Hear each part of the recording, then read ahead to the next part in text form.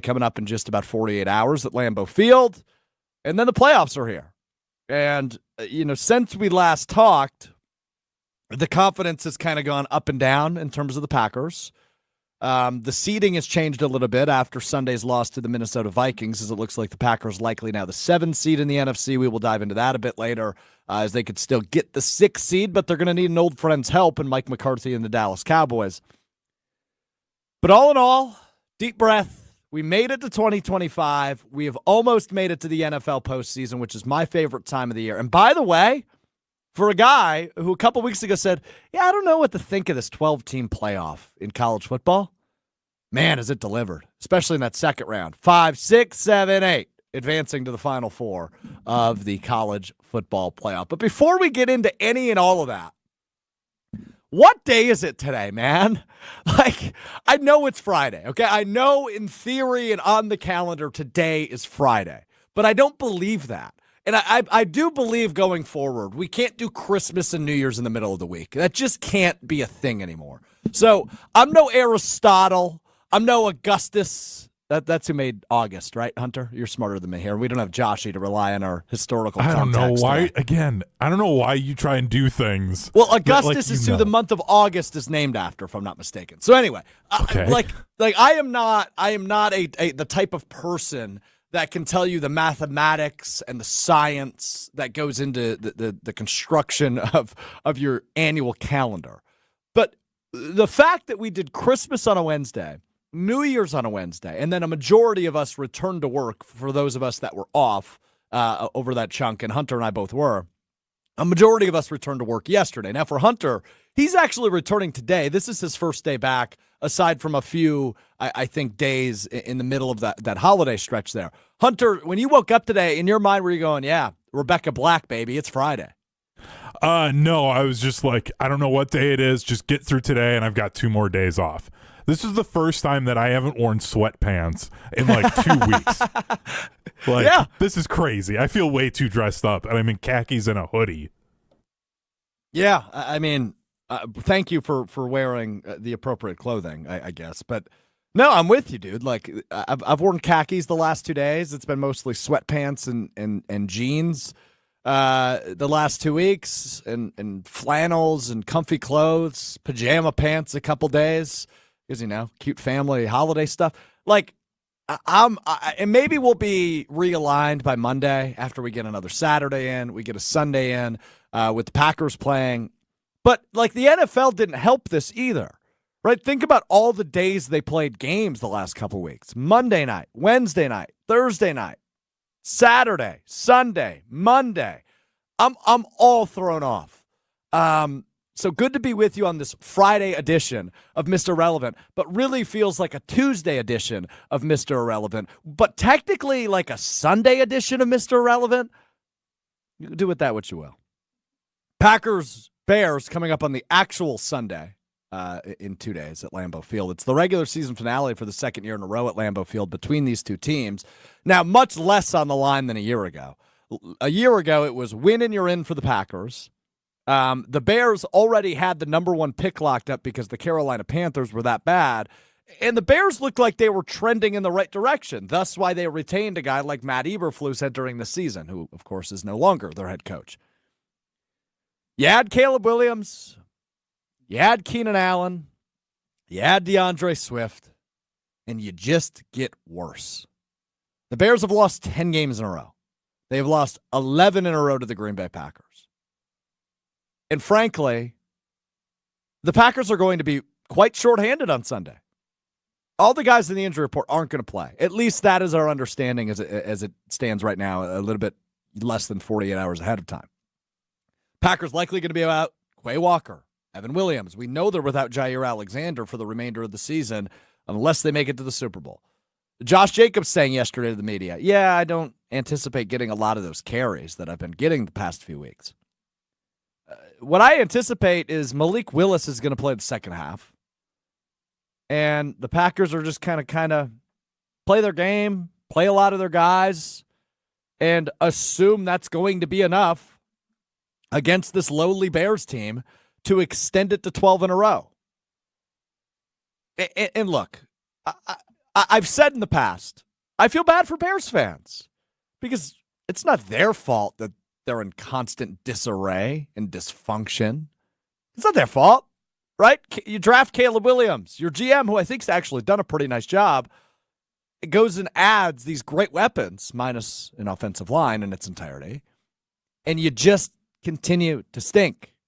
But then I saw this, and this isn't Bears fans' fault. But look, I understand it's been pure dominance the last half decade. Since Matt LaFleur arrived in Green Bay, it has been dominance in this rivalry. The one that happened right after the bye week is a little too close for comfort as Carl Brooks blocks a field goal at the end of regulation to save the game and a 1-point win for Green Bay to extend it to 11 games in a row that the Packers have beaten the Bears. But it's been complete dominance. So I'm not going to sit here and tell you, hey, man, got to get up for this rivalry. But in my heart and in my brain, this rivalry's still alive and well. The other two teams in the NFC North that are not the Bears are making the playoffs. And I still want to beat the Bears more. I hate the Chicago Bears. And that was fueled even more this week by cornerback Jalen Johnson, who, by the way, was burned several times in that game earlier this year. Jalen Johnson, earlier this week, talking to the media. That's how I'm feeling. I mean, I'm going to try to go out with a bang. So, I mean, it's last opponent on the schedule, so I'm looking forward to it.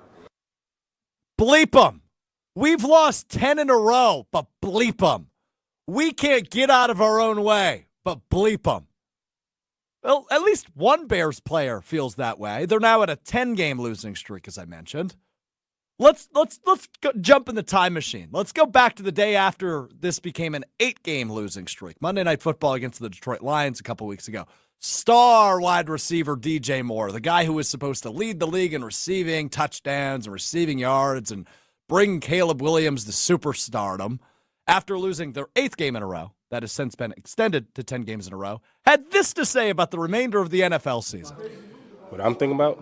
Vacation. To clear your mind of all this? There you go. Yeah. Let them do all the work and then, just come back and ready to go. So this guy that's supposed to be a leader and a captain and a terrific offensive weapon, and he is, for the Chicago Bears, shows no leadership with, at that point, 3 games remaining in the NFL season. He's thinking about vacation.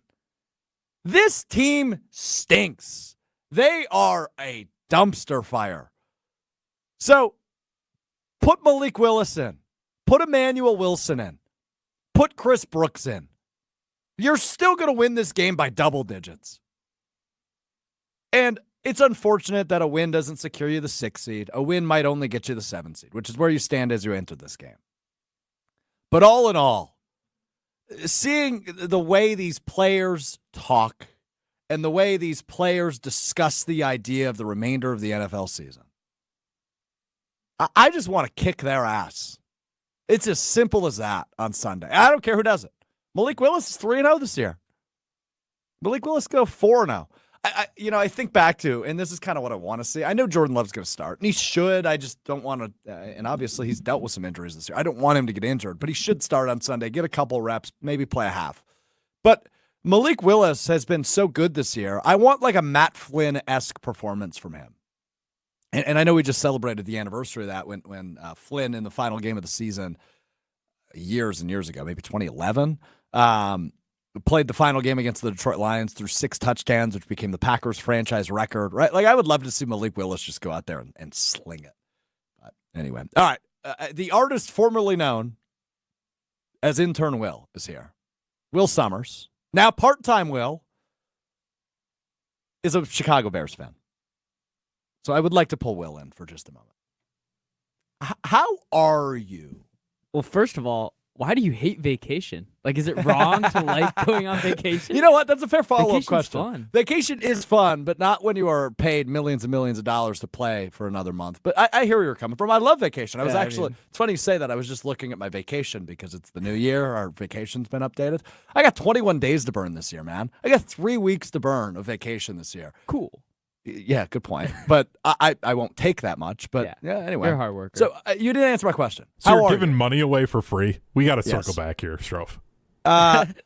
Yeah, probably. I did this year. Only so you can roll over 5 days, which I did, but I think I actually had 7 remaining.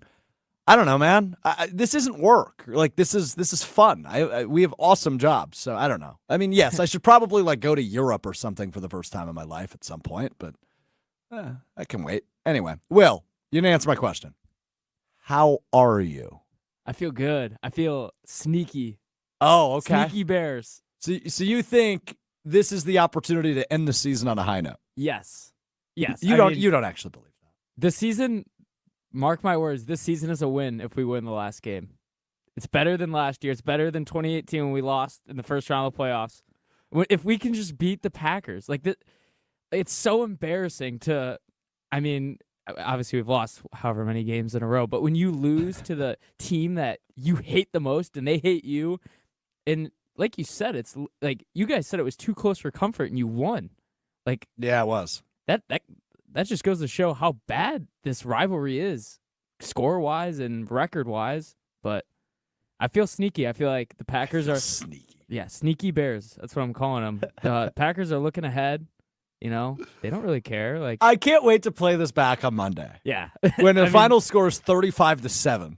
This is probably going to end up being the coldest take ever. Yeah. Like, they might lose by 50. But They might. They might. Yeah. I'd honestly be more okay with that than a close game. So when did you give up? Like, obviously, a 10-game losing streak is it's unrepairable. You can't come back from that.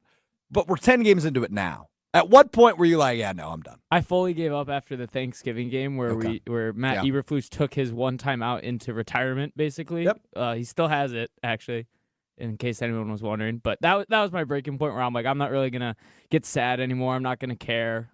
Just kind of done with the year. And because, I mean, that was just horrible. It's like at that point, I mean, what is there to be hopeful about? I mean, in front of everybody just woke up on Thanksgiving Day and watched that. Yeah, no, not much is the answer. What is there to be hopeful for? No, now, and I think your fellow Bears fan, Mark Silverman, host of Waddle and Sylvie in Chicago, ESPN 1000 in Chicago, posted this today as their poll, which there's some great irony in this poll, by the way. Which Bears losing streak? I'm just going to read this verbatim from at Waddle and Sylvie on Twitter. Which Bears losing streak is most embarrassing? 10 in a row overall, 11 in a row to the Packers, or 20 Sunday losses on the road in a row, which is unbelievably bad. That is crazy. And then the second part of this tweet says, today's poll question is brought to you by your local Chicagoland Toyota dealers.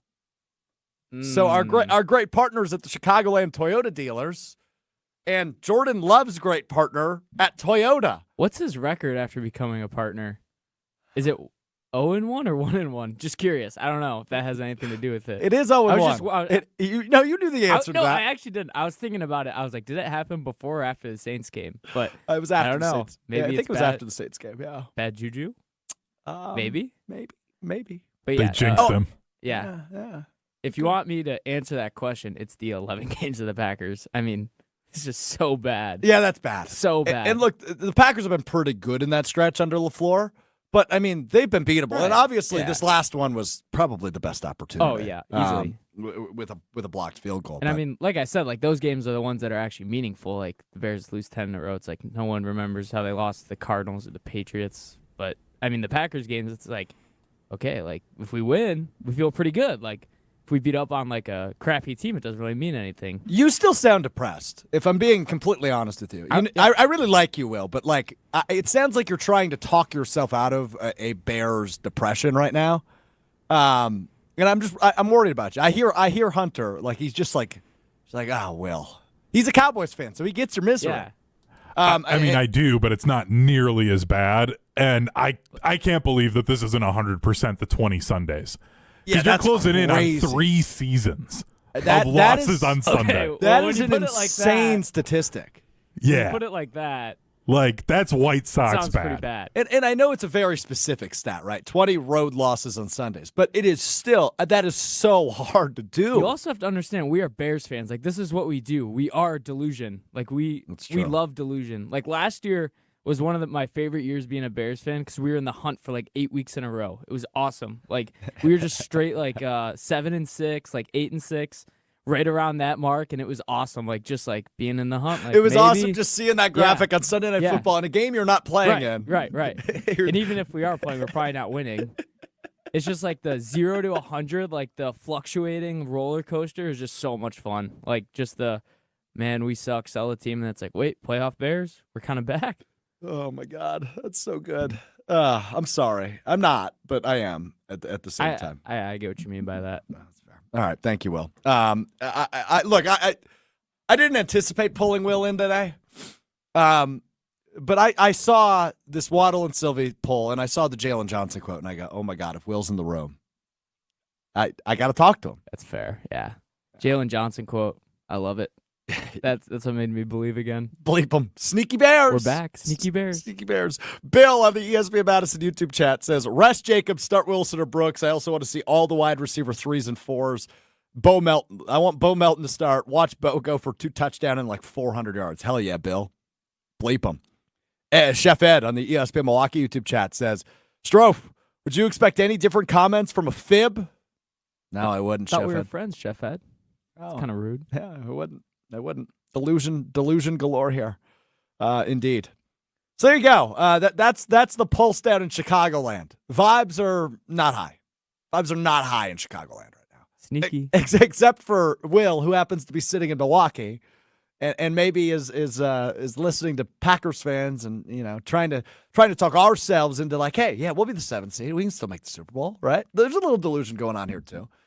And so I want to get to playing time on Sunday because it's up in the air, right? Like the Washington-Dallas game, and I'm so glad the fans we have that aren't Packers fans like myself on the panel today. We have a Cowboys fan who I desperately would love to see win on Sunday. We have a Bears fan whose ass I want to kick on Sunday that we get to hear from. So I want to go to Hunter back in the Everlight Solar studio.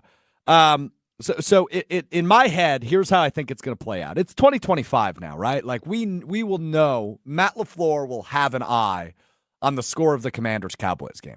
If they get in the locker room at halftime, let's say the Packers are up, let's say 14-0, right? Let's make it pretty conservative here. 14-0, 2-touchdown lead at halftime. And let's say it's 10-0 Commanders. If I'm Matt LaFleur, I'm probably still going to go, all right, nothing we can do. Malik, go ahead and get warmed up. Josh, you're done. Josh Jacobs, you're done for the game. Defensively, I mean, most of your starters are, not most of them, but a lot of them are beat up right now, right? Like the Quay Walkers, the Evan Williams, obviously Jair Alexander, and a couple other guys that likely won't play on Sunday. If I'm Matt LaFleur and I see, okay, Commanders have a nice lead, we have a nice lead. I think it could go either way. Even if the Cowboys have a nice lead, it's like there's nothing we can do. All we can do is win this game. I'm probably resting the starters at half if it's a 2-possession lead. If it's 10-0, if it's 14-0, I'm probably, if I'm Matt LaFleur, I'm probably like, all right, guys, we're healthy. Let's stay healthy. Let's focus on our road test next week in the postseason and hope the Cowboys and our old friend Mike McCarthy can take care of business. So that's where I'm at in the playing time debacle. Want to go to Hunter, though, on this Cowboys-Commanders game, which could have an impact on the Packers' seeding. Cowboys need a win, Packers need a win, and the Packers would be the 6th seed in the NFC playoffs. Any other results, Packers would be the 7th seed. A Commanders win means the Packers are the 7th seed. I think with a tie and a Packers win, the Packers would get the 6th seed, but that's probably unlikely. Hunter, where's our confidence level at for Big Mike and the Cowboys on Sunday? About as low as it can be. I turned off the Cowboys-Eagles game last Sunday after the pick 6 to open up the game. I was like, all right, good. I know what's happening here. So you didn't make it at all. No, didn't need to see Saquon do what he did. Okay, I got to give you a compliment, though. I actually respect this because you will admit this is not me coming out of left field with this. You are typically not the healthiest sports fan in the world, right? Like, you will revel in your own misery. Yeah. I've called you many times in the past a doomsday fan. For you to responsibly say on a Sunday, you know what? This is not worth my time. It's not worth my stress. Click. I'm going to go do something else. I'm going to go play video games. I'm going to go hang out with my wife, whatever you did, right? I respect the level of self-respect, really, it takes for you to do that. That's self-growth for you as we head into the new year. So well done by you. Thank you. I mean, it's also like, I feel like because sometimes some people will give me flack when I do that, or like there's times where I've turned off Marquette games because it's that same kind of thing. Like, okay, early on, like I can tell where this is going because I've watched enough of this team. Like, there's a certain point when you watch every down of a team play, you know what's going to happen. And I'm just like, I don't need to do this. Like, there's nothing I'm going to get out of this. I don't even know if I'm going to turn this game on. I honestly feel like Hunter. No, I'm like this is not doomsday. This is just genuinely Cooper Rush is that bad of a quarterback that like I don't know if he breaks 200 passing yards. Like it is going to be one of the most disgusting games of football that you could watch. This is basically going to be Iowa, Minnesota, Big Ten West days level of football. We're going to see 40 punts in this game. It's going to be gross. It's going to be disgusting. And those 40 punts are all the Cowboys. Yeah, I was going to say. Jaden Daniels is going to put up 50 on this team. So, like, no one's playing. It's going to be bad. We should acknowledge, though, the Cowboys defense hasn't been awful. They haven't been great. Obviously, allowing 41 last week to the Eagles is no good. But prior to that, 24 to the Buccaneers, who can score points. Only 14 to the Panthers, who are bad. 27 to a Bengals offense that's been really hot. 20 to the Giants. Last time they played the Commanders, they allowed 34, which is not great. Commanders can score points. We know this about them. Yep. That's what makes them a really interesting team this postseason. Is there any chance in your mind Big Mike can help out his former team and save his job? I know those are kind of two separate questions, but could he help his former team and save his job Sunday? I think he's already saved his job. Okay. I think they're going to bring him back. My hope out of this game, and I don't think this will happen, is that the Packers take care of business. They are clearly going to win, and the Cowboys make this interesting enough that Packer fans feel that glimmer of hope that I always feel as a Cowboys fan, having to rely on this team or expect them to try and win a game just to have them stomp on your heart. Like, I genuinely need Packer fans to actually feel what that's like. Because it's one thing if you lose in an NFC championship game or you're losing in the divisional round, but to have your heart broken the final week of the regular season or in the wild card, totally different animal. And I just need you to know like what that actually feels like for me. So my hope is that this game goes down to the wire and then the Commanders pull it off just to break Packer fans' hearts. That's genuinely what I want out of this Sunday. Okay. I'm not bitter at all. Yeah, clearly. Not holding on to last year's playoff loss. Yeah, no, hey, I didn't get that vibe at all. Yeah, no, absolutely not. So, what time's your playoff game in a few weeks, guys? Will, Hunter, playoff game for you guys? I mean, the Bucks I'm sure are going to play sometime next week. Marquette's got some games. That's where my mind's at. That's the best part about being a Bears fan. Like, every Packers playoff game is a playoff game for you, but you're just rooting for the other team. So I've heard and I remember Barstool Big Cat has called into it seems like every year the season end, he'll call into Green Bay Game Night. Yes. Just to say this is his Super Bowl. Is that how you view it as well? You almost spit out your coffee when I said that. It's awesome. Is that how you view it as well? When Yes. the Packers lose in the postseason, that's your Super Bowl? Oh, Yeah. Get Last so year, much joy out of it. me and my good friend were at a Packers bar, and we were like just high-fiving each other like under the table the whole time when they played the 49ers. And then they lose, and you're just so happy, and everyone else there is so Devastated. sad. It's just such a great I mean, it's kind of a evil villain type thing, but it was awesome. It was a great feeling. All right, so this is my takeaway here. In our first conversation of 2025. It is loser talk, though.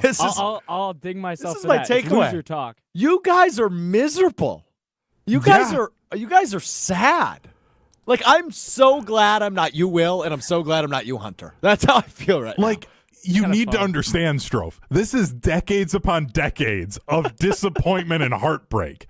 Like, this isn't just oh, yeah, we got close and we were in it, and then, Bostic happens and you end up losing the NFC Championship game. Like, that is totally different. Couldn't you make the case that Nah, better? Nah, No? man. Okay. I haven't seen an NFC Championship game in 30 years. Totally different.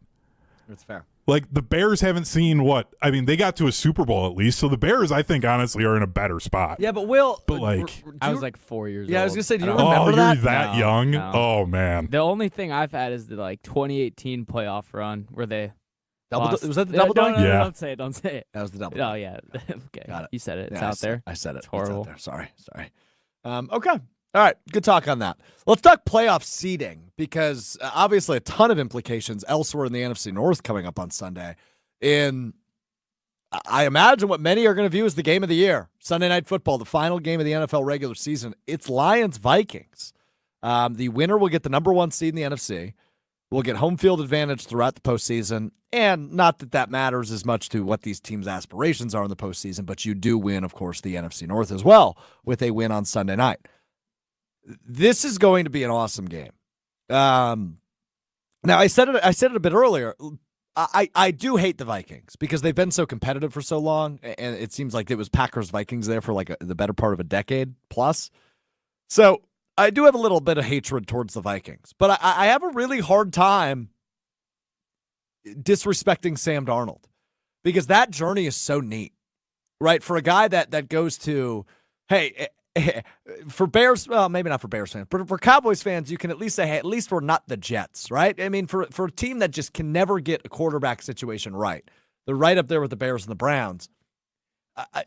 It's cool to see a guy revive his career, and it's seemingly become a little bit of a trend the last few years in the NFL, right? Baker Mayfield is another great example of this, a guy that kind of bounced around the league a little bit, revitalized his career in a new spot, and has been great, right? Like Baker's been really good for Tampa. Geno Smith, another example of this in Seattle, a guy that bounced around the league, was kind of a backup quarterback, had some opportunities, and now has really made himself look good in Seattle. Sam Darnold is now another example of that here in Minnesota. He's been better than Jordan Love this year. Like there's no way of splitting hairs around that. Sam Darnold has been a better quarterback and a more consistent quarterback this season than the $55 million man. That's not a knock on Love because Love's been hurt. Love's cleaned it up a little bit, but he hasn't been as great at moments as Sam Darnold has. So it's hard for me to talk down on or talk bad about Sam Darnold because that's not an easy journey, dude. What that guy went through is really hard to come back from. And it's really impressive to see what Kevin O'Connell, who will likely win Coach of the Year, has done in Minnesota with Sam Darnold. The tools around him, not my favorite. I like watching Justin Jefferson. I like Justin Jefferson because I'm a Packers fan. Aaron Jones I love, but I kind of hate, if that makes any sense. Jordan Addison, he's really good, so I hate him. Just based on that. And TJ Hawkinson, Iowa, Detroit, Minnesota. I mean, when you go on that path, I'm probably not going to like it too much either. So, on that note, Detroit is hard to hate also, but easier to hate the last 2 years with how good they've been. And to be honest with you, I get the appeal to Dan Campbell. It's just not my cup of tea. Like, he's a good football coach. It's not my favorite. That said, I will be watching every second of this football game. It's going to go down as hopefully the game of the year. A ton on the line because, and I pointed out what the winner gets. Let's not forget what happens to the loser either. For a Detroit team that looked like they were the best team in the NFL all season long, goes through all these ups and downs in terms of injury, more players on injured reserve than anybody else in the NFL. Lose a couple games, couple missteps, and all of a sudden here we are in Week 18. For a division, it seemed like they probably were going to lock up with like 16 wins at one point. They now stand with the opportunity of win and you get the 1 seed, or lose and you go on the road, likely for the entirety of the postseason. That is not an easy path for either team. No matter how good you are, Detroit or Minnesota, going on the road is really tough. And we will talk about that with the Packers in a second. So the loser of this game has to turn right back around and in a week go on the road to obviously a hostile environment. It would likely be, Tampa Bay, but a hostile environment on the road against a team that can score points. Anything can happen, right? It's you play the games for a reason. So this game has just ginormous implications attached to it. It's the 2 best teams in the division, and despite likely being a 12-win team this year, the Packers will be if they win on Sunday, the 3rd best team in their division, 12-5, 3rd place. That's how good the NFC North has been this year. So this game I'm really, really excited to watch after the Packers whip up on the Bears at noon. Now, with the Packers,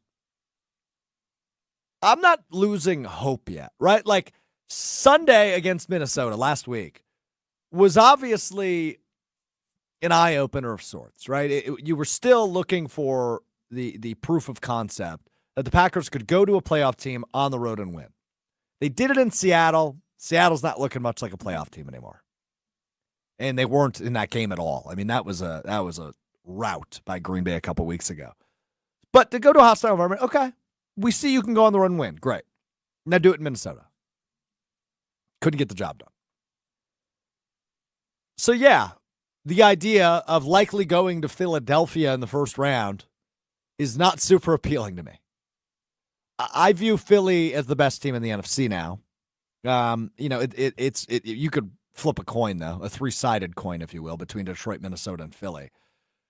But that's certainly the last place I want to go, because at least Detroit and Minnesota, I know Packers fans are going to show up. Philly, that might be a 90 to 10, 95 to 5% Philly outmatch in the crowd. And they are playing really good football. And what that offense provides, and you're going to be without Jair Alexander during this postseason run, they probably pose the most threats to this Packers defense between Saquon Barkley and all the receiving options they have and a mobile-ish quarterback in Jalen Hurts. That is the last team I want to see. Now, I'm not saying they can't go there and win. That's not at all what I'm saying. I don't know that I'd pick them to win, but that'd be a really tough way to start, which means looking back, you made a 3-game improvement from a year ago, but you didn't get as far as you did a year ago in the playoffs. I don't know what you view that as, and I'd love to hear from you on the ESPN Milwaukee, ESPN Madison YouTube chats. Do you view that as a failure if the Packers are to fall out in the wild card round? I don't, but I know a lot of people have different expectations. When you see what that team was able to accomplish, and by the way, over-accomplish a year ago, of course your expectations are all of a sudden going to be flipped right back to what they used to be. This is a team that can compete for a Super Bowl.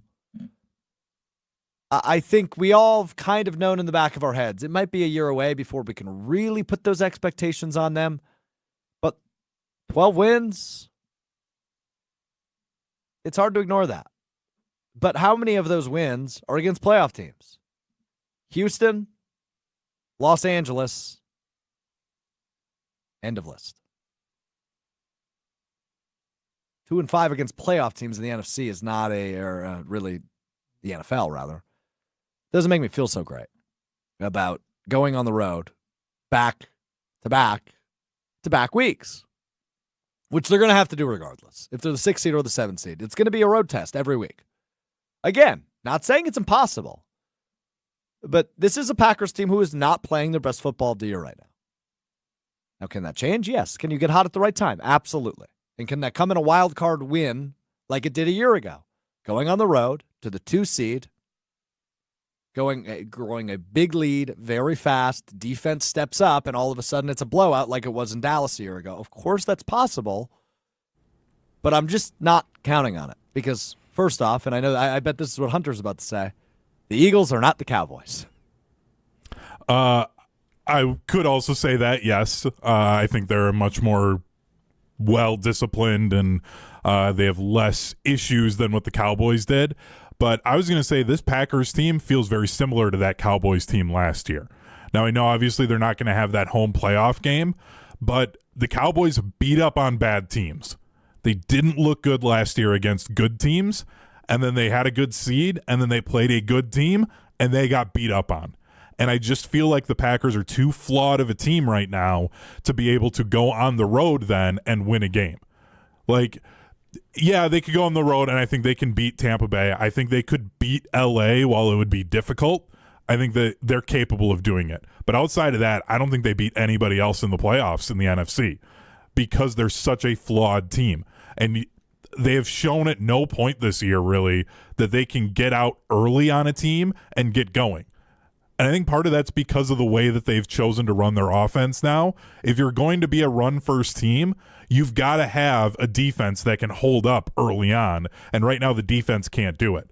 Like, that's why the Badgers were so good, that 2017 team, was they're going to run the ball early on, but they've got the best defense in the country, and they can shut you down until the offense wears out the defense and gets going.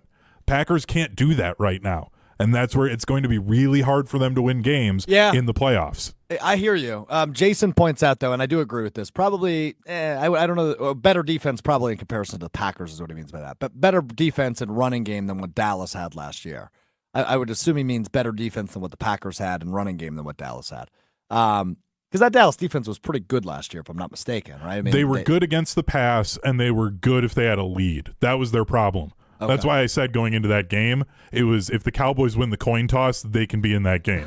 If they lose the coin toss, they're going to have to try and defend the run right away. Yeah, it's funny you bring up the coin toss because that's been something talked a lot about with Matt LaFleur the last few weeks, is he's been starting with the ball. They win the coin toss, they're going to take the ball.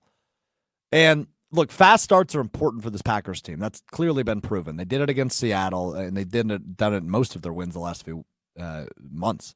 Right? Get out to a fast lead, you're going to win. But I almost want to defer going forward against better teams. Maybe not Sunday against the Bears. I don't really care what you do there. But when you play Philly in the wild card round or Tampa or whoever you play, you win the toss, I probably want to defer. See if this defense can get a quick stop, and then you have the opportunity to score first in the first half and score first in the second half. Mathematically, that just makes more sense to me. So we'll see. I mean, I just know it's something. It's been a hot topic, right? It's been something we've seen LaFleur do. JT chimes in, defer that ball. Absolutely. Just to do a little cleanup here on the ESPN Milwaukee YouTube chat. David chimes in. In my opinion, it's 50-50, Strouf. 12-5, assuming a Bears victory from 9-8 last year, does mean something, despite the losses against the Eagles, Lions, and Vikings. One and done in the playoffs would make this a wash in terms of, is it an improvement or is it a disappointment? I'm probably with you. The expectation is probably get back to the divisional round. And again, I'm not ruling that out. My confidence has dwindled a little bit about the opportunity to go on the road 3 weeks in a row and win all three. But to get one or even two, I'm not viewing that as impossible. It's really that first game that worries me the most, frankly. If you go to Philly in the wild card round, that is the game of the entire playoff stretch that would worry me the most. I would feel much more confident about the Packers going into Detroit or Minnesota a second time around, but a third game against those teams than I would against Philly, who you haven't seen since what's effectively the NFL's fourth preseason game, which was played in Brazil, right? Week 1 of the NFL season. It was a good game, but that's a team that has evolved and gotten a hell of a lot better. And obviously we know how good Saquon has been this year, cracking the 2,000-yard mark and entering top 10 single-season rushing yardage of all time. Saquon Barkley did, joining some unbelievable company like Eric Dickerson and Adrian Peterson, Derrick Henry, and O.J. Simpson in that category as well. Not sure if he's great company to have, but that's neither here nor there. As a player, it's great company to have. Yeah, correct, yes. Jamal Lewis? Jamal Lewis in that category? Yep. I was about to make a really bad joke, and it would have gotten us canceled.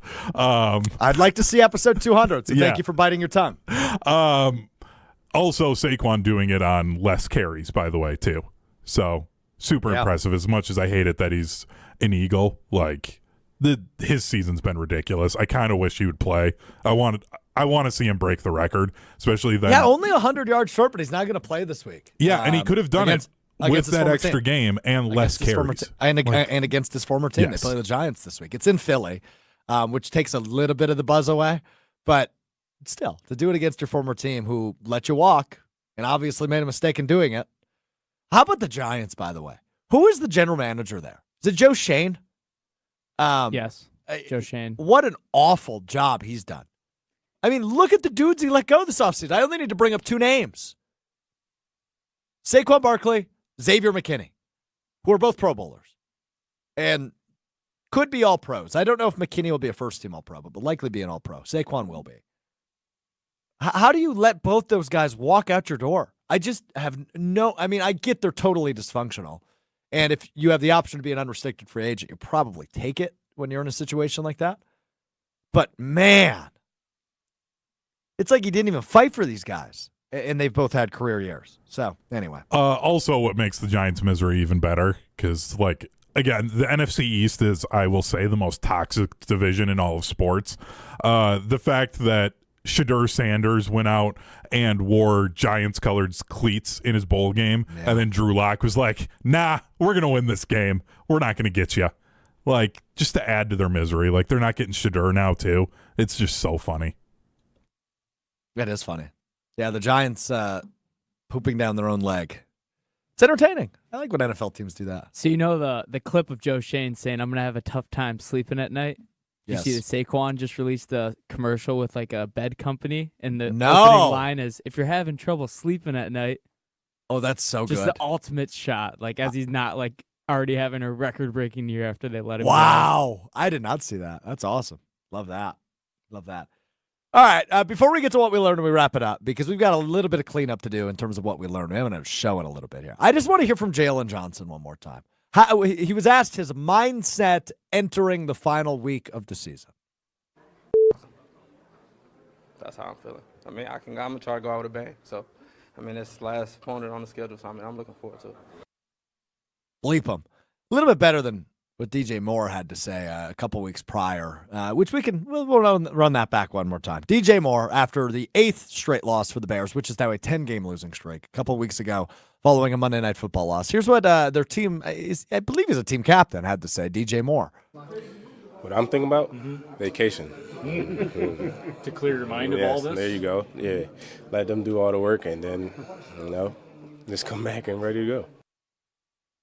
Thinking about vacation, middle of December. Still got a few ball games to play there, DJ. All right, you learn something new every day. We learned something new today. It's time now for what we learned. I will lead off because this one is just fascinating to me. There's two ways I can spin this. Number one, what I learned is Brian Gutekunst is elite.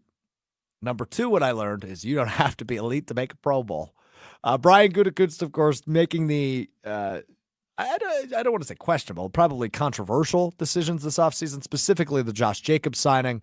Xavier McKinney wasn't any of that. I mean, that was just, oh boy, they got a good young safety. Both making Pro Bowls. Josh Jacobs third, Xavier McKinney's first. And Rashawn Gary, one of the defensive ends representing the NFC, selected to the 2025 Pro Bowl games. I don't know if we've talked more negatively about a Packers player this season than we have Rashawn Gary. Like, this dude is making millions and millions of dollars to go out and be a game wrecker and a playmaker. And he's been better the last few weeks. But it's been a rough season for him. And it's been a rough couple seasons for him. But cool for him. I will say this, despite all the outside noise to get selected to the Pro Bowl. It's good that a first-round pick made the Pro Bowl for Goody because his first-round resume not very good. Unfortunately, it's looking like his first-ever first-round pick probably won't be a part of the team next year. Of course, Jair Alexander ruled out earlier this week. Will have knee surgery with the PCL injury he sustained to clear out his knee a little bit. He could make it back to the Super Bowl, which also happens to be his birthday, if they make it that far. So, But Rashawn Gary, man, making the Pro Bowl and probably not deserving of it, but it's the Pro Bowl. I don't know how much we're paying attention to it. I have a hard time believing he was a top 3 defensive end in the NFC. Whether we look at stats, whether we look at win rate, I don't know what we want to look at. He's top 3 in the NFC North. Right. And it'd be great if like the NHL, the All-Star game is by division, but that's not the case here, right? Like, he wasn't deserving of this. And whatever. Like, I'm happy for him. He seems like a nice dude. I hope he, evolves into the game wrecker we've all hoped, and I think Michigan fans even hoped back when he played there. He's always had the physical tools. He's always had the right size. He's always had the speed. He's just never quite been able to piece it together correctly. And I get this is a weird transition for him moving from outside linebacker to defensive end, but yeah, I don't know, man. Weird one getting in. All right, Hunter, what do you got? What did we learn? I learned that the SEC is overrated. We need to stop talking about them like they're at all a competent conference in college football. Lane Kiffin disagrees. Yeah, great, Lane Kiffin. You beat Duke football. Way to go, my dude. Like, what are we doing, Lane? So I was watching that game last night, and between the third and fourth quarter, and they were winning big, right? This game was over. I don't remember the exact score at the time, but he was talking to the sideline reporter on ESPN, and he made a comment about how, we just wanted to look good against an ACC opponent, just a subtle shot. And I got to be honest, Hunter, I kind of love the subtle disrespect that comes out of Lane Kiffin's mouth. He's a loudmouth, man, and he tweets a ton. But I kind of respect the hell out of it. I do. I just didn't like seeing and I get Paul Feinbaum literally is paid by the SEC network to be on, but then Nick Saban trying to go to bat for Alabama still, and I'm like, dude, you just lost to Michigan, who plays football like it's the 50s and can't throw the ball forward at all, and you're going to sit here and act like that team should have been in the playoff? What are we doing? Georgia looked like they shouldn't have been on that field with Notre Dame. I understand that they moved the ball a little bit, but they were bad. That was the worst Georgia team I've seen in years. And this conference is not at all what everyone talked about them being, and I'm really tired as a college football fan of trying to act like the SEC is something special. Colin Russo, who's been on this show a number of times and hosted Wisconsin College Game Day, used to talk all the time about how incredible the SEC is and how it's like the NFL and it's so difficult. No, it's not. We need to stop doing this. If the SEC was as good as they were, Tennessee wouldn't have looked as bad as they did. Yeah. Texas wouldn't have needed double overtime to beat Arizona State. What are we doing? I'm tired of it. Yeah, happy. Ohio State's probably going to roll Texas. I hope they do. And I'd love an all Big Ten national championship game. Only 6-point favorites Ohio State is. Notre Dame is favored by 1.5 over Penn State. But, I'm glad you brought up the SEC and the college football playoff, because another thing I think we've all learned together is that this expansion was worthwhile. Right? I mean, I mentioned at the top of the show, 5, 6, 7, 8, the seeds. And I know that's not exactly how they used to rank it in the 14 playoff. This wouldn't have been the rankings. But regardless, lower seeds. Not the teams that had buys. Are teams advancing to the semifinals next week. Also, conference champions all lost. Correct. Right. So I love that that was the whole thing with the seedings, was to try and make conference championships matter, and it very clearly did not. So I think conference championship games, if this happens again next year, there might be a conversation of no more conference championship games. There might be, and obviously conferences are probably slowing down in expansion, but it's just hard to execute anyway, right? Oregon Penn State is a weird, and I get it. It should have been a good game. It wasn't. Oregon and Ohio State also wasn't a very good game, but I don't know. I think that's a fair point by you. That's a wait and see thing, more so than I'm going to push for it after 1 year. But look, I'll be honest with you. I mean, I've talked about the college football playoff at length for years. I've always thought 4 was probably the number. And if it wasn't 4, I thought it was probably 8.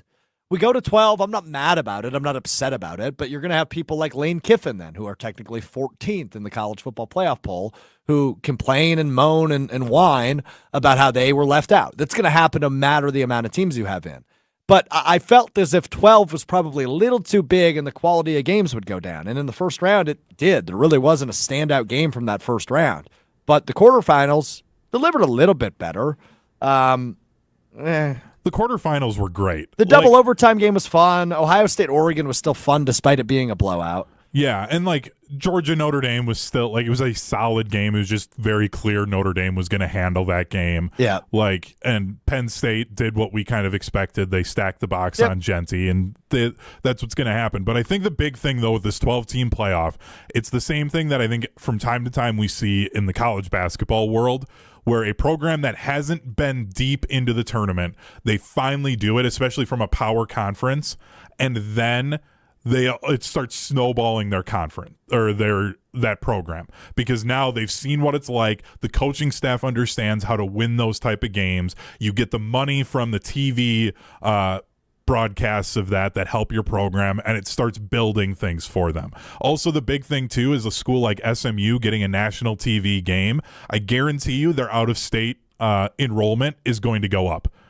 Out-of-state enrollment means more money for these schools, so now they can have better facilities as a program. This is all going to help these teams. It's just going to take time before we actually see these other these kind of mid-level ACC teams, the inconsistently good teams, be able to actually go out there and compete. So it's going to be the big brands early, but then this will help the other teams. I'm totally fine with 12 teams now, but I know at some point they're going to go 16 because Lane Kiffin is going to cry about this enough that it'll happen. Yeah, he might. Well, he will, but it might happen. It might happen. All right, last thing for you, because Seems like we need to do this like twice a month. Just our our bi-monthly check-in on UW Green Bay basketball. Because what a train wreck that is. Now 2-14 are the Phoenix after a 24-point loss last night to Wright State. But that's not the story here for Doug Gottlieb and company. Yesterday, it was announced that the NCAA had granted eligibility to a former professional player overseas named Jonathan Levy. He is now a freshman.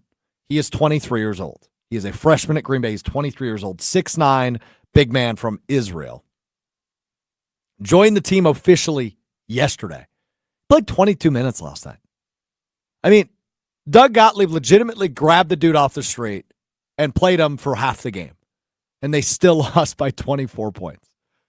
I mean, it's about as bad as it can get up in Green Bay. And I don't even know how that's legal. I don't know how he got eligibility after he played 2 years of professional ball overseas. So technically you should not be eligible, but whatever. Talk about a snowball effect, dude. Green Bay, train wreck. I'm looking ahead on their schedule just because I was curious to see when they would get another victory. I'm going to call my shot here, and I'm going to say Wednesday, January 22nd. They host IU Indiana, who is 5-11. That's going to be their best shot here because they've got Northern Kentucky winning record. They've got Milwaukee a week from tomorrow. Yep, winning record. I think first place in the Horizon League. Yep. Robert Morris at home winning record. Youngstown State 10 wins already right now winning record, and then IU Indiana. Like if they're going to get another win, that's when it's going to happen. Otherwise, there is a chance that they finish this season with like 3, maybe 4 wins. Still, like this is bad. Yeah. Does Doug make it another year? Yeah, I think so. I think he'll get at least if 2. he doesn't leave. Yeah, he but might I don't just think be he like, will. yeah, I'm good. I don't think he will. Okay. I think he'll see it through. But we'll see. Maybe I'm wrong. Okay, that will do it for us. Packers-Bears Sunday at noon. We get you ready on Green Bay game day beginning at 9 o'clock just outside of Lambeau Field. Gabe Neitzel, Jarrett Bush, the Super Bowl champ, Steve Scafidi, Rob Domowski, Jason Wilde will join me throughout beginning at 9 a.m. Sunday morning. And then it's on to the playoffs. We're back with you for episode 200 on Monday, reacting to the regular season, previewing the playoffs. We'll sprinkle in a few guests next week. I've got a few ideas. Some of the OG Mr. Irrelevant guests. Hint, hint, nudge, nudge. Maybe you can think about that if you've been with us for 200 of these puppies. Appreciate you always hanging out with us. Good to be back with you in the new year. We're back to our normal schedule. Monday, Wednesday, Friday, beginning at 12:30 Central, 1:30 Eastern on the ESPN Madison, ESPN Milwaukee YouTube channels, across all sorts of different social medias. We're on ESPN Madison on Twitter today for the first time in a while. Good to be back on X.